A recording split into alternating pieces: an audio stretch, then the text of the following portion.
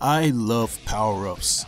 There's just something invigorating about seeing your favorite heroes turn the tides in battle by gaining a huge amount of strength in the most absurd ways possible. Whether it be via transformation, morphs, or combinations, you can't deny these particular elements are numbing in their inventiveness. And whether that's a good thing or a bad thing is totally up to you. Today's video is going to be dedicated to one of my favorite Transformers. He's the face that wrecks the place, the robot who's built to last long in terms of continuity, Mr. Robo Jesus himself, Optimus Prime. But this isn't just going to be a video talking about the simple statistics of our favorite red and blue heavy hitter. This particular video consists of my top 7 super modes and combinations of Optimus Prime. I'll go in depth on what each power-up has to offer the big bot, but each mode won't be ranked by its power level. But in terms of combinations, my rankings will be based on how well Optimus fares with his participating host. Now these are just my personal bias rankings on which ones I love the most, so please refrain from pulling out those pitchforks. We all have our personal faves, so there's no need to spill any blood, or in Transformers slang, no need to spill any Energon in the comments section. With that said, let's get on with the video. Number 7. Daikinzen and Daigekisu, Transformers Go, or Sanjo Gatai Transformer Go for all the TF weaving purists out there.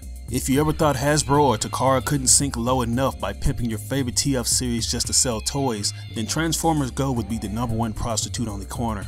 This under-the-radar series was literally made as a marketing ploy, and people thought Transformers Cybertron was bad. But anyways, Transformers Go is supposed to be in the same continuity as Transformers Prime, maybe a little after Beast Hunters, which explains why Beast Hunter Optimus pops up out of nowhere in Japan of all places. During this particular series, he goes through a bit of a change. After he detects the Predacon Lord Dragatron's awakening, he adopts a new body with a Dragon and Train alt mode, making him a triple changer. After receiving the new upgrades, he joins forces with the Sword Bots to stop Dragatron from completely cyberforming Japan.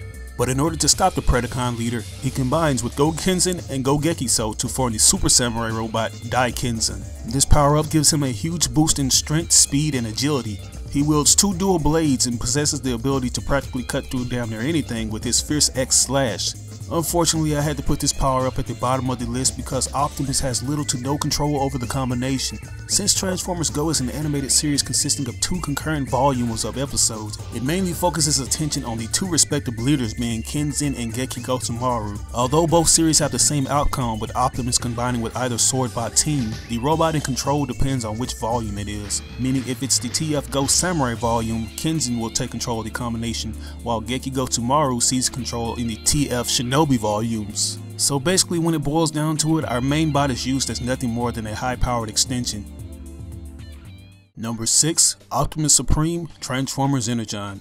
TF Energon is one of the first Transformers series to utilize CG cel shaded animation with 2D animation. If there's any version of Transformers the G1 fans should throw hate towards, it should be this show because it makes the Bay films look like god tier quality. Not only does it manage to absorb the spark and soul out of the Transformers with poor emoteless animation, it adds the most annoying human factor in the form of Kicker. If anyone wants to complain about humans in the Bay films or TF Prime, Kicker supersedes them in being completely useless. And before I stop myself from going on a complete rant, let me just say screw Hasbro for name slapping my favorite Autobot Ironhide onto Roadbuster. Fuck Roadbuster. All ranting aside, it's a chore remembering everything that happened in this series, but one of the highlighting moments is when Optimus combines with Omega Supreme. When Optimus shows conviction to stop Unicron no matter the cost, the spark combination carried by Omega Supreme reacts to his emotions, causing the 2 bots to combine or power link, forming Optimus Supreme. To be honest, there's nothing really special about this power-up, no changes to the overall look other than the fact that Optimus just drives in Omega Supreme's body and becomes the head. He gets a boost in strength, but the only time Optimus Supreme really truly shines is when Primus loans his Energon to increase his size.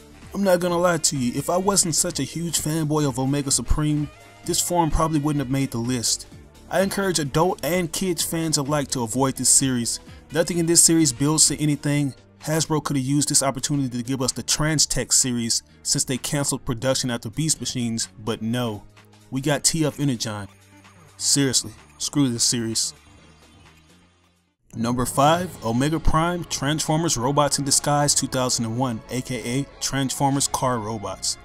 This was the first anime-based Transformers show we got on television, and boy did it have huge shoes to fill. It was released shortly after Beast Machines and was met with mixed reactions. It's also worth mentioning that it was the first and last Transformers show to receive a dub from Saban Entertainment on Fox Kids. Essentially, this show was aimed at a younger audience, which explains the over-exaggerated action sequences and bad humor.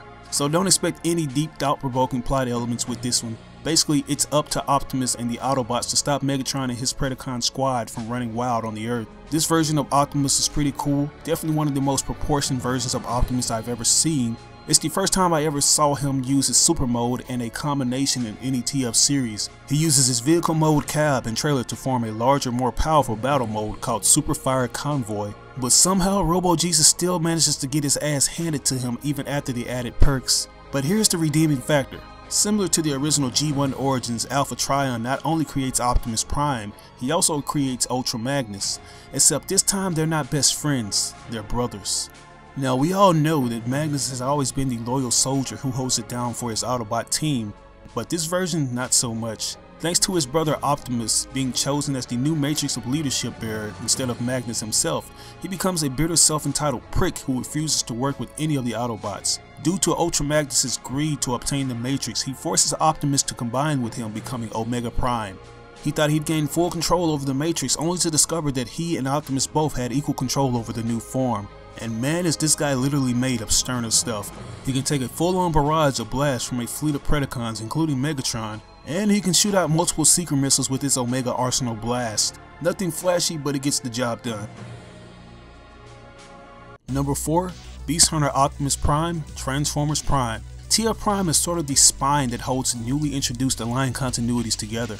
It maintains some of the core elements of what made our favorite Transformers unique, while also adapting the sense of realism from the Bay films.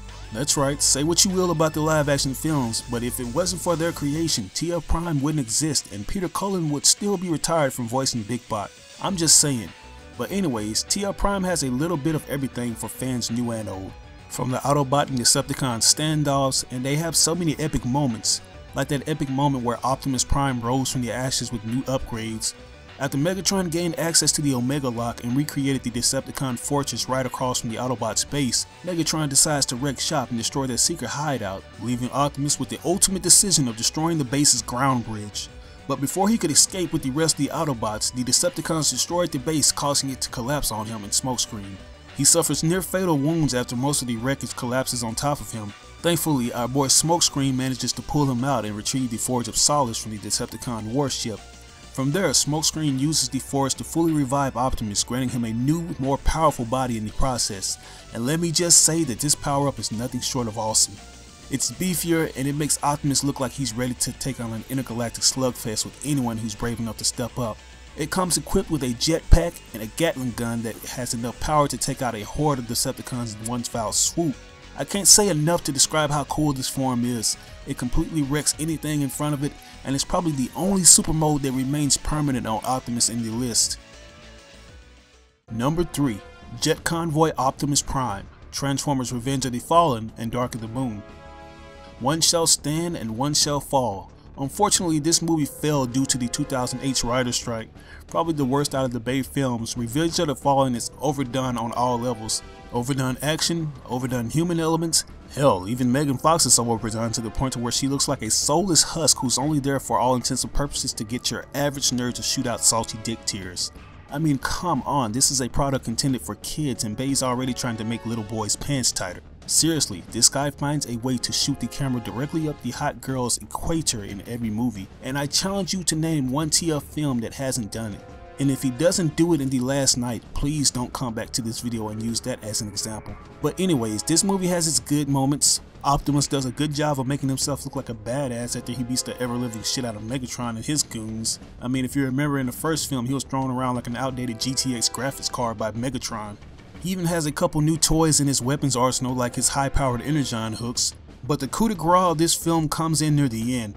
After Scorponok's pops out of nowhere like a camper from Call of Duty and plows through Jetfire causing serious damage, Jetfire sacrifices himself, ripping out his spark, allowing Optimus to have his parts, to become Jetconvoy Optimus Prime. And this power-up had me on the edge of my seat, because this brings out the true savage in Robo Jesus. He wrecks shop on the Fallen and Megatron like it ain't nothing, His upgrades include a new arm cannon with additional armor pieces. He even uses these high-powered jets that can not only grant him the ability to fly, but the actual boosters double as blasters. Now, when this form is used in Revenge of the Fallen, Optimus takes on a lot of Jetfire's body matter, which is kinda disgusting if humans could do that. But that process is pretty much simplified in Dark of the Moon. In TF3, he gains access to Jetconvoy mode from his 53-foot Great Dane refrigerator trailer that doubles as a weapons pod. Number 2, Super Mode Optimus, Transformers Armada. Armada is one of those series that is like a guilty pleasure because it was such a weird yet nostalgic time. Because not only was that show airing around the early 2000s, but we also had the revamped He-Man series airing on the Toonami block. It was like a new generation of shows for a new generation of fans, which was freaking awesome. Not to mention that this show had a game released a couple years later, which was nothing short of amazeballs. With that said, TF Armada and the Unicorn Trilogy is sort of a mixed bag with its audience, practically a 50-50 split on those who love it and those who downright shit on it. At the beginning, I was in the minority of those who hated it. It was slow, it had annoying human characters that I wasn't particularly fond of, and some of the names kept getting mixed up. Like Hot Shot was called Hot Rod in a couple of episodes, and for some reason Optimus calls his minicon Leader 1 when in actuality it's Sparkplug. But all minor mistakes and complaints aside, this was a pretty decent show. Like, I don't mean to use wrestling lingo, but if you stick around for the long run, this series gets over. You get development with certain characters like Starscream and Hot Shot. You see cool minicons that serve as power-ups and weapons such as the Star Saber and Ion Blaster. Hell, there's even personal conflicts within the Autobot headquarters from time to time. And the best part about TF Armada would have to be the animation. Of course, the animation gets stiff from time to time since most of the robots look like they're jacked on Energon supplements, but when they get down and dirty, the animation gets really good. The best instance where the animation shines through would have to be when Optimus uses his super mode. It's a little bit dated, but when he overtly turns his legs into arms and combines with his trailer that becomes the legs, you can't deny that that's a thing of beauty. And the gold plates around the mouth visor and shoulders makes it look so boss. With that said, he does have some additional add-ons like his shoulder blasters that he gets from Overload, and he does a sweet combination power-up with Jetfire, which is mostly like the first time we see Jetconvoy Optimus. Those are both cool, but they just don't have that flair like he has when he's in his standard super mode. What he sacrifices in speed, he more than makes up with his strength, allowing him to toss around Decepticons with ease. And when he power links with his minicon Sparkplug, he's able to perform a devastating attack called the Maximum Blast, which is all flash and substance. Number 1, Optimus Maximus, Transformers Combiner Wars. Now y'all know I had to show my G1 Optimus Prime some love, and what better way to do that than with the IDW Generation 1 continuity comics. After Cybertron is left desolate from the destructive nature of the Combiners, a war wages over an ancient artifact known as the Enigma of Combination. This thing caused a big divide between Autobot and Decepticon factions, which made for some deep moments. And the fact that Hasbro actually allowed IDW to bring in a darker tone really shows that they're not afraid to give a more mature product to the older fans. The only drawback to this comic series is its heavy dialogue and political undertones, and you probably won't like how certain iconic Decepticons now work alongside the Autobots to maintain peace. I'm still having trouble wrapping my mind around how Starscream of all people could ever become king of Cybertron. But anyways, the Enigma combination has the power to create combiners from any Cybertronian. It allows them to unify their minds and enhance their power and mental stability. It's even capable of enhancing pre-existing combiners who are dumb as rocks. After a four-way battle between Minosaur, Devastator, and Defensor and Superion takes place, Proud takes it upon himself to use the Enigma and combines with Optimus, Mirage, Ironhide, and Sunscreaker, making them one in the form of Optimus Maximus. This is the most powerful power-up on the list. Optimus Maximus possesses all the unique traits of each individual Autobot. He has the courage of Optimus Prime, the strategic genius of Prowl, Mirage's cloaking powers, and I guess Sunstreaker's good looks. But with that said, this combination does have issues.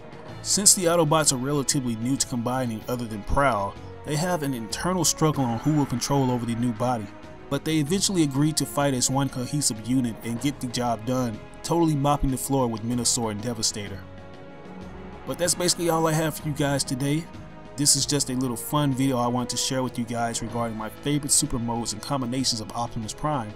Hit me in the comments and let me know some of yours. As always, I ask that you like or dislike the video, as it doesn't matter if it's a thumbs up or a thumbs down. Any feedback is good feedback and will only help elevate the future content. And if you're interested in seeing more videos regarding the TF series and the Last Night movie that's hitting theaters in this June, subscribe and follow me on Twitter. And to get a confirmation that you've watched this video through its entirety, follow your comment up with hashtag #TillAllGamersAreOne. But anyways, this is RBG signing out on another video. I'll catch you guys later. Peace out.